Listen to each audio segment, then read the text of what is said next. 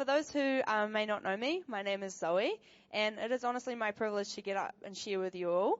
It's been a little while, but I guess, when you get asked and you think about it and you pray about it and you feel you've got a little word on your heart, sometimes you just got to go with it, even though you may not know exactly how it's going to turn out, but you just, take one step at a time. But basically, my hope for this message is just that it will be a timely word for some people here today, and just overall an encouragement for wherever you are at. So I'm probably going to share for maybe up to 10 minutes, and then maybe we're just going to share a few questions with our neighbours and just discuss a little bit about with what I've shared. Is that cool? Cool. I'm just going to quickly pray and give this one to God. Sweet. Father God, I just thank you for who you are. God, I honestly don't feel worthy of being up here, to be honest, but it doesn't really matter because you're worthy and you're awesome and you're amazing. And I just kind of just submit this message to you and kind of humbly come before you and just say thank you that you are Lord and I'm not, and may your word just not return void today. Amen. Cool. So I believe this is an exciting new season we're heading in, but with every new season comes its changes and challenges. And maybe you're expectant for this year, or perhaps you're still unwinding from the year just been. Whatever season you're in, I want to share some lessons learned from my previous year. The best way I can describe heading into 2019 was like a blank canvas.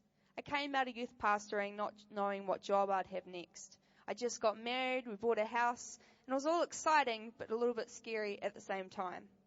2019 for me was a year of stepping out and seeing where God would take me next.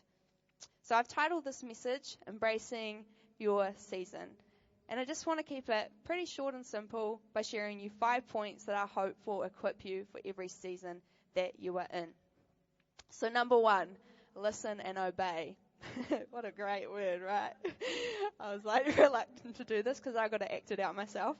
So important. Okay, so number 1, listen and obey. So since moving into a new job, I kind of struggled to embrace it, and I couldn't quite see in the moment how everything was just going to plan out.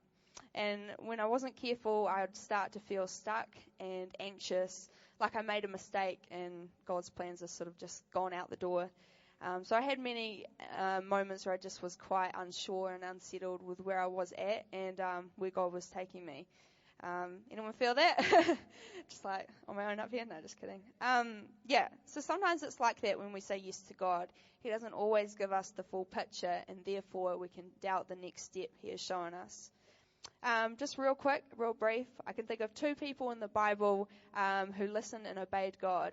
These 2 are Noah and Mary. And at different times in the Bible, Noah and Mary were asked to do something completely out of the ordinary. And I can imagine this was unexpected, scary, and not what they were planning. The journey couldn't have been easy or sort of by their own people. But what I do know is what they said yes to carried out a whole lot more blessing than any sacrifice they needed to make. Since saying yes to God and finishing youth pastoring wasn't easy for me, I was afraid of not going anywhere, and I cared what other people thought of me and what I was going to do next. But at the end of the day, obeying God was the best thing I could do and still do to this day. It may not always be very popular, but we can have full confidence that our God knows best and He can be trusted. There's some references on Noah and Mary, but I felt like I was going to be preaching to people who knew about that story, so I won't ramble on too much about that, but those are pretty incredible people, aren't they? Cool. So number 2, rest. Ever tried to fight your way out of something that just doesn't help the situation at all? I clearly remember one rainy day, Dad was driving me in his little Honda Civic, which I ended up buying. It was great. I failed in my first restricted test, but anyway, going on. But when all of a sudden we were driving and it just broke down. It was pouring with rain, and of course, in the moment, there was nothing much we could do. And I remember my dad getting quite upset, wishing he could go back and prevent it from happening. And I just remember a lot of energy that day was wasted on what was going wrong instead of what was going right. And I can think of many times in my life where I've just wanted to quit.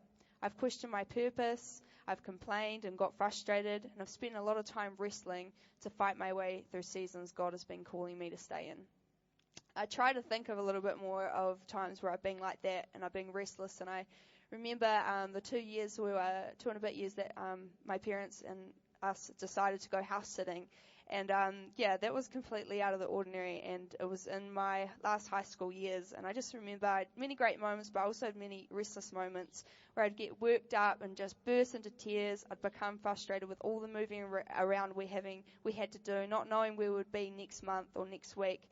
But also in that time, I also had to learn what it meant to slow down, and I got glandular fever, and it just sort of everything just came to a halt. And being the Zoe that I was, I loved to go out and play every sport and do everything that I could think of, dancing, everything, drama, whatever. And all of that had to came to a halt, and I just had to really learn to slow down and be content with that and be happy in myself. Not there yet, but I think looking back from, like a decade or so, God's definitely worked on me in that area of being restful, not restless. But like I wrote here, perhaps these times have made me the person I am today, but definitely in the moment I wasn't a happy camper. Today, however, whatever situation I'm in, I've learned I have a choice. I can either complain and feel miserable or rest, and while I wait on Him. So can I encourage you, church, don't strive your way out of the season you're in, or only make it harder for yourself. Try and lean in and embrace the place He has put you in, and while you are there, rest.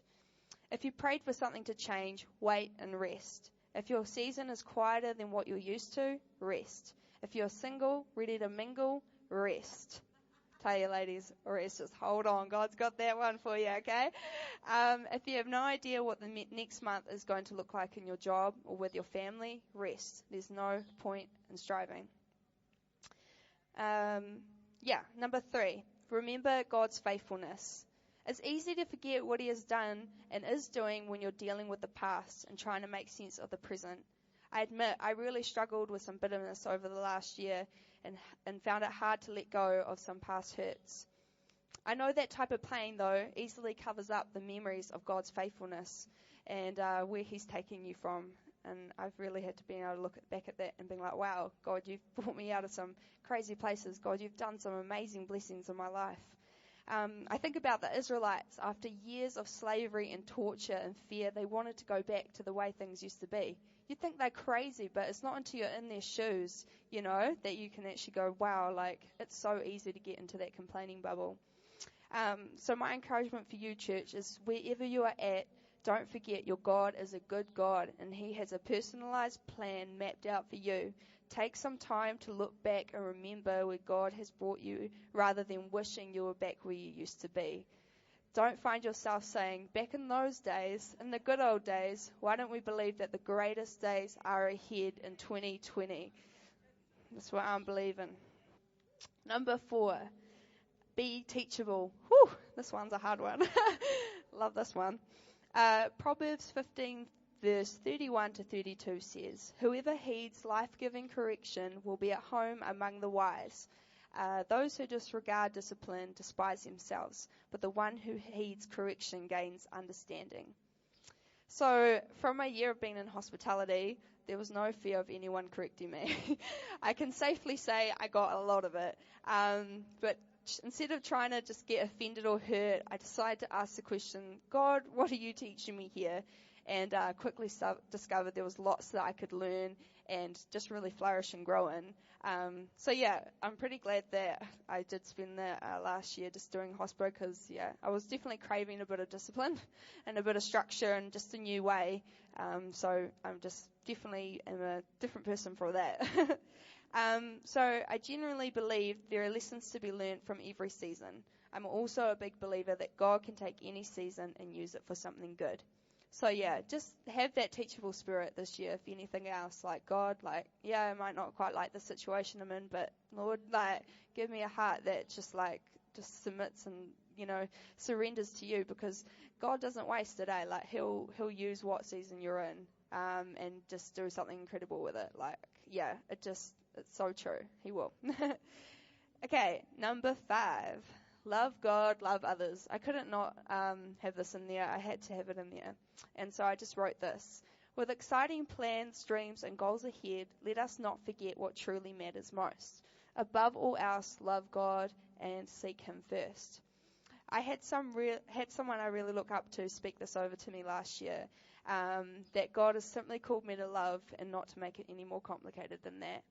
Today, if you feel you need to do certain things to get God's approval, and you've got all the gospel muddled up, there is nothing you can do to make him love you more or less. God loves you just as you are today. So I just believe that if you just stick to that, making that a goal this year, love God, love others, your life will be rich, Don't bother chasing that material stuff. This is what enriches the heart, loving God, loving others. Not that it's about us, but it just happens anyway. Just gets in our heart. Yeah.